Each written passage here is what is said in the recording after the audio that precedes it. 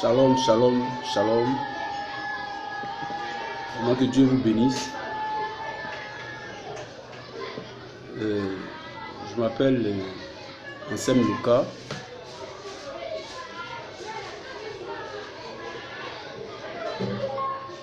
Dieu m'a fait la grâce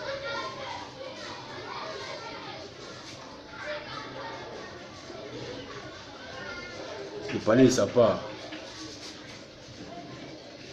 Et j'aimerais partager ce message avec vous.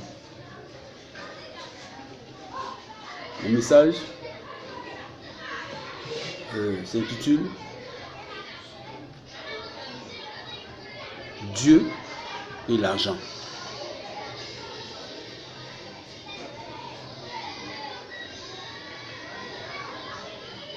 Et pour soutenir vraiment ce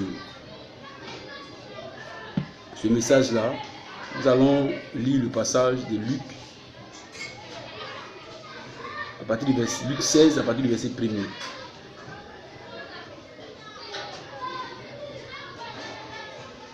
Jésus dit encore à ses disciples, un grand propriétaire avait un gérant. On vient lui dénoncer sa conduite car il gaspillait ses biens. Le maître le fit appeler et lui dit, qu'est-ce que j'attends à ton sujet? Remets-moi les comptes de ta gestion, car tu ne continueras pas à gérer mes affaires. Le gérant se dit, que vais-je faire puisque mon maître m'enlève la gestion de ses biens? Travailler comme ouvrier agricole, je n'en ai pas la force. Le maître a mendié, j'en ai honte. Ah, je sais ce que je vais faire pour que les gens me reçoivent chez eux lorsque j'aurai perdu ma place. Là-dessus, il fait venir un à un tous les débiteurs de son maître. Il dit au premier, combien dois-tu à mon maître? 40 hectolitres d'olive, lui répondit celui-ci. Voici ta reconnaissance des dettes, lui dit le gérant. Assieds-toi là et dépêche-toi et inscris 20 hectolitres. Ensuite, il dit à un autre, et toi, combien dois-tu? 500 sacs de blé. Prends ta reconnaissance de dette, reprends le gérant et inscris-en 400. Le maître admira l'attitude, l'habileté avec laquelle le gérant malhonnête s'y était pris. En effet, ceux qui vivent pour le monde sont plus avisés dans leurs affaires avec leurs semblables que les enfants de la lumière. Et moi, je vous déclare, si vous avez des richesses entachées d'injustice, utilisez-les pour faire des amis. Ainsi, le jour où elles vous échapperont, ils vous accueilleront dans la demeure éternelle. Si quelqu'un est fidèle à les petites choses, on peut lui faire confiance pour ce qui est important. Mais celui qui n'est pas fidèle à les petites choses ne l'est pas non plus pour ce qui est important. Si donc vous n'avez pas été fidèle dans la gestion des richesses incertaines, qui vous confierera les véritables.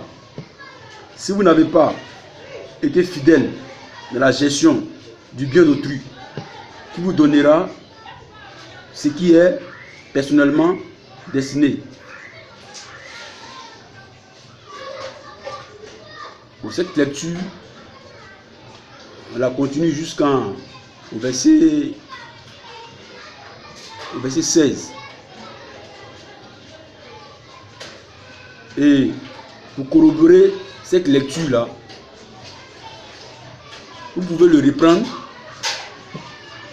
à partir du verset aussi 19 jusqu'au verset 31. Pour comprendre ce que je vais vous dire. J'ai entendu dire que Lazare est maudit. Le pauvre Lazare était maudit parce qu'il était pauvre. Pourquoi? Parce que ceux qui tiennent ces propos-là n'ont pas la compréhension de la parole du Seigneur. Quand vous faites bien la lecture, vous allez comprendre que Jésus voulait enseigner aux riches d'être libéral, d'être généreux, de partager ce qu'ils ont. Les biens entachés dont Jésus a cité ici, là, c'est le matériel que le riche a, l'argent qu'il a. C'est des choses qui sont temporaires. Alors il parle d'infidèles, des choses qui sont temporaires, des choses qui peuvent le quitter du jour au lendemain, ou lui-même abandonner du jour au lendemain. Donc il ne doit pas s'attacher à ces choses-là. C'est pourquoi, ayant ces choses-là, il doit vraiment les mettre à la disposition des autres. C'est ça que le Seigneur est en train d'enseigner ici. Donc celui qui a les biens matériels, qui a l'argent, qui ne partage pas, qui n'est pas généreux, qui n'est pas libéral, est contre la volonté de Dieu.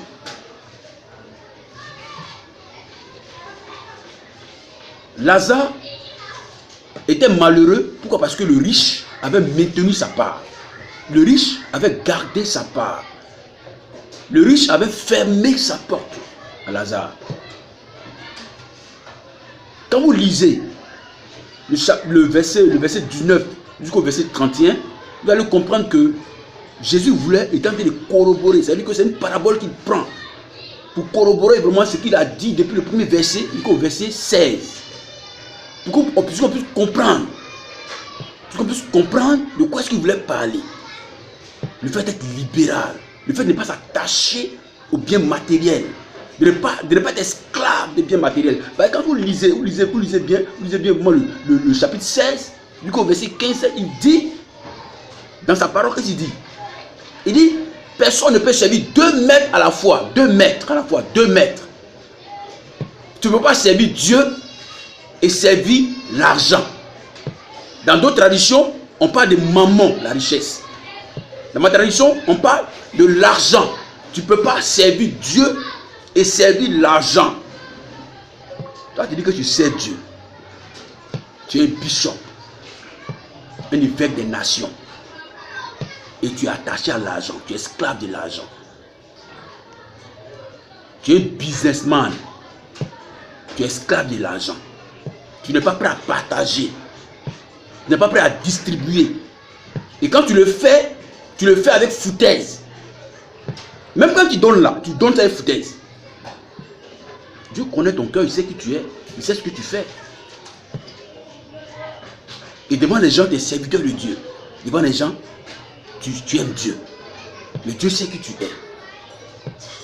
La Bible dit, quand tu prends le verset 19, où il est cité Lazare et le pauvre, Lazare là, il était pauvre. Parce que sa providence était dans la main du riche. Mais comme il était esclave de l'argent, de la richesse matérielle, il a fermé sa porte à Lazare. C'est pourquoi Lazare est mort pauvre. Mais la pauvreté matérielle qu'il n'avait pas là, ne comptait pas devant Dieu. Parce que Dieu considère la richesse matérielle comme des choses éphémères, temporaires. Des choses injustes, entachées d'injustice, entachées d'injustice. Jésus a dit, entachées d'injustice. Ça ne compte pas. C'est des choses temporaires. Donc Dieu nous donne pour qu'on puisse vraiment, n'est-ce pas, subvenir à nos besoins terrestres. Ce qui est essentiel là, c'est la connaissance de Dieu en Jésus-Christ. La Bible dit que quand Lazare est mort, il a eu le séjour d'Abraham. Quand le riche est mort, il a eu le séjour des morts Quand il mourait, il n'a pas crié qu'il meurt en enfer. Il n'a pas crié qu'il meurt en enfer. Il est mort tranquille. Mais quand il est mort, c'est Jésus qui révèle pour dire qu'il allait au séjour des morts. Le séjour des morts, c'est le lieu où vont résider, pour attendre la résurrection des morts, la résurrection des morts, ceux qui désobéissent à la parole de Dieu. Et le Saint Abraham, c'est le lieu où vont ceux qui obéissent à la parole de Jésus-Christ. Alléluia. Donc, le riche, avec sa richesse matérielle, dont vous vous vantez, vous, qui vous faites passer pour des serviteurs de Dieu, faites passer pour les gens qui sont attachés à la parole de Dieu. Quand vous lisez bien le passage, le premier verset, le chapitre 16 de Luc, vous allez comprendre que les pharisiens, Jésus s'adressait aux pharisiens, c'est dans la loi là, ces gens qui se faisaient passer pour des serviteurs de Dieu là, mais qui n'étaient pas véritablement des serviteurs de Dieu, parce qu'ils se faisaient passer pour des gens qui aimaient Dieu, mais qui n'aimaient pas Dieu, parce qu'ils aimaient l'argent. C'est l'argent qu'ils aimaient. C'est ce que vous êtes. Vous aimez l'argent et vous piétinez le peuple de Dieu. Vous piétinez la maison de Dieu. Vous renversez l'œuvre de Dieu à cause de l'amour de l'argent. Et devant les gens qui sont ignorants, qui ne savent pas, ils vous acclament. Homme de Dieu, serviteur de Dieu. Mais devant Dieu, tu es un serviteur du diable. Ce message, je l'apporte parce que Dieu m'a mis sur la cœur pour un rectificatif. Ces menteurs, ces voleurs, ces prédicateurs de mensonges qui disent que Lazare était maudit parce qu'il n'avait pas l'argent, monnaie papier, il n'avait pas l'or, il n'avait pas l'argent, sont des menteurs. C'est eux qui sont maudits. Lazare n'était pas maudit. Si Lazare était maudit, il n'allait pas se retrouver dans le sein d'Abraham. Le sein d'Abraham, c'est le paradis. Le sein d'Abraham, c'est la présence du Dieu véritable. Parce qu'Abraham est l'empreinte de Dieu. Abraham, appelé ami de Dieu, pourquoi? Parce qu'il est révélateur du Dieu véritable. Abraham était le type du vrai Dieu. Donc, il ne faut pas prétendre que le riche était maudit, parce que le pauvre, du moins, c'était maudit parce qu'il n'avait pas l'argent. Mais Jésus a démontré que c'est le riche qui était maudit. Parce que vous vous attachez à ce qui est temporaire, à ce qui ne compte même pas. Jésus dit que la richesse que tu as aujourd'hui, là, il faut te faire des amis avec. C'est-à-dire qu'il faut partager, il faut faire don, il faut vraiment assister vraiment ceux qui sont nécessiteux, ceux qui ont le besoin. Celui qui est auprès de toi qui sait qu'il a bien ton argent, il ne faut pas lui donner en foutaise. Parce que tu n'es pas né avec. On ne dit pas ça. Il ne faut pas dire que tu es intelligent que l'autre. Quand tu lis la Bible, dans 1 Timothée, le chapitre 6, à partir du verset 17 au verset 19, vous allez comprendre que la richesse là, que Dieu donne aux hommes là, c'est pour qu'ils puissent en jouir. Donc si Dieu t'a donné vraiment d'être riche matériellement, pas parce que tu es intelligent, que celui qui n'en a pas. Mais c'est pour qu'il y ait une égalité. Ce que tu as là, il faut le mettre à disposition de l'autre. Pour que lui aussi, ce qu'il a, il te donne. Pas forcément l'argent. Mais il a quelque chose, il a un trésor. Il a un trésor qu'il doit te donner. Quand tu prends aussi 2 Corinthiens le chapitre 8, tu lis tout le chapitre, tu vas comprendre le principe de l'égalité. C'est très important. Mes très chers frères et sœurs, il est important de s'attacher à la parole de Dieu. Parce que les temps sont mauvais. Les temps sont mauvais. Les temps sont mauvais. C'est maintenant l'occasion que Dieu nous donne de nous attacher à la parole de Dieu. Nous attacher à Christ Jésus. C'est lui la parole de Dieu. Il est important de s'attacher à la parole de Dieu. Arrêtez pour moi d'annoncer des messages qui n'ont rien à voir avec la parole de Dieu, qui n'ont rien à voir avec l'évangile. C'est Christ qui est l'évangile. C'est Christ qui est la lumière du monde. Vous prétendez avoir la lumière du monde, pourtant vous annoncez les ténèbres. Ce n'est pas l'évangile que vous prêchez. Prêchez la parole de Dieu pour que les gens soient libérés, soient délivrés du pouvoir de Satan. Parce que Jésus est venu pour nous délivrer du pouvoir du diable, pour nous libérer de la captivité satanique. C'est ça l'évangile. C'est ça la bonne nouvelle, voilà, monsieur. C'est Christ cette bonne nouvelle-là. C'est Christ cette bonne nouvelle. Si vous n'êtes pas serviteur de Dieu, ne prétendez pas être serviteur de Dieu. Parce qu'un serviteur de Dieu, c'est celui-là qui agit pour Dieu et qui agit selon Dieu. qui parle pour Dieu, qui parle selon Dieu. Il est investi de l'Esprit de Dieu et il parle de la part de Dieu. Mais vous êtes des serviteurs du diable. C'est pourquoi vous avez le courage, vous avez l'audace de dire que Lazare était maudit.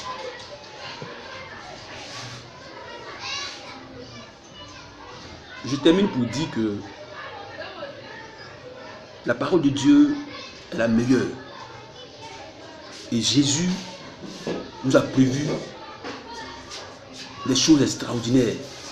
Il nous a promis la vie éternelle. Et quand on lit dans Apocalypse chapitre 21, tout le chapitre, nous devons comprendre que le trésor que nous sommes est plus important que tous les biens du monde. Donc si tu connais ton importance, tu connais ta valeur en Jésus-Christ, tu ne vas pas laisser les choses de ce monde te distraire. Tu ne vas pas laisser tout l'or de ce monde-là te distraire. Parce que tu vaux plus que tout l'or du monde. Tu vaux plus que tout l'argent du monde. Tu vaux plus que toutes les belles maisons, les belles constructions de ce monde-là. Tu vaux plus que ça. Parce que Dieu t'identifie à la Jérusalem céleste. Lis Apocalypse chapitre 21. Si tu es chrétien, tu vas connaître ton identité, tu vas connaître ta valeur. Tu es la Jérusalem céleste. Tu es la gloire de Dieu, la Jérusalem céleste. Donc, tu ne dois pas laisser le diable te faire croire autre chose. Tu es tellement précieux. Tu as de la valeur. Tu es précieux. Que Dieu te bénisse. Que la grâce de Dieu soit ta vie. Que la faveur divine soit sur vos vies. Que la grâce de Dieu continue de vous visiter. Afin que tout ce qui est ombrage soit ôté. Tout ce qui est obstacle soit ôté. Que le Seigneur vous remplisse son esprit. Afin que vous sachiez discerner tout ce qui est de Dieu. Et rejeter ce qui n'est pas de Dieu. Que toute la gloire revienne au Seigneur. Au nom de Jésus. Amen.